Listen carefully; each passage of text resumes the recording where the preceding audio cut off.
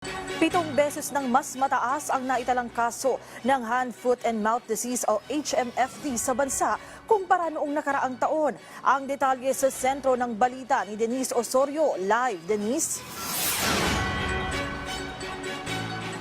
Mela, as of August 16, mahigit 2,500 new cases ng hand, foot and mouth disease ang naitalang nadagdag sa buong bansa. Sa loob lamang yan ng isang linggo. Ayon sa Department of Health, umabot na sa 39,893 ang kaso ng HFMD. 7 times higher ito kaysa sa mga naitalang kaso noong 2024 na 5,081. Pumalo sa 37,368 noong August 9 at nang madagdagan ng 2,525 na italang kalahati ng mga kasong naiulat ay mga batang below 5 years old. At karaniwan, hindi lang direct contact ang pag-spread nito. Yung batang may butlig, hinawakan yung cellphone, naglaro siya. Kinuha nung kalaro niya, naglaro din. Pwedeng pumasa yung virus sa kanya. So, by fomite, ang tawag namin doon, by fomite spread. Kabilang sa mga sintomas ang lagnat, singaw sa bibig, pananakit ng lalamunan, at mga butlig sa palad at talampakan. Dagdag ng DOH, self-limiting ang kondisyon ng HFMD. Ibig sabihin nito, kusang gumagaling sa loob ng 7 hanggang 10 araw ang may sakit.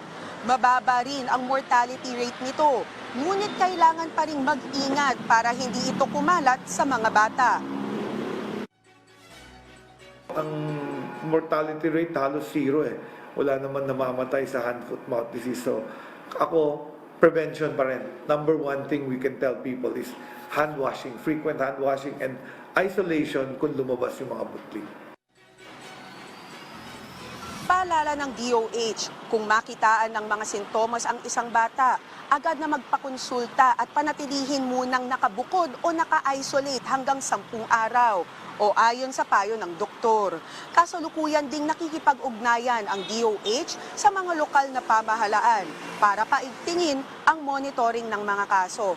Mela, ayon kay Secretary Herbosa, wala pang available na vaccine para sa hand, foot and mouth disease. Pero nasa experimental stage na ito sa China. Samantala, Mela, meron din tayong update para sa leptospirosis at dengue. 0 admission rate na tayo sa mga ospital natin para sa leptospirosis, pero meron tayong halos 2% increase sa mga kaso ng dengue. Antabayanan natin mamaya sa Ulat Bayan Weekend ang aking panayam kasama ang kalihim ng Department of Health na si Secretary Herbosa. Yan ang pinakahuling balita mula rito sa Quezon City. Balik sa iyo, Mela. Maraming salamat, Denise Osorio.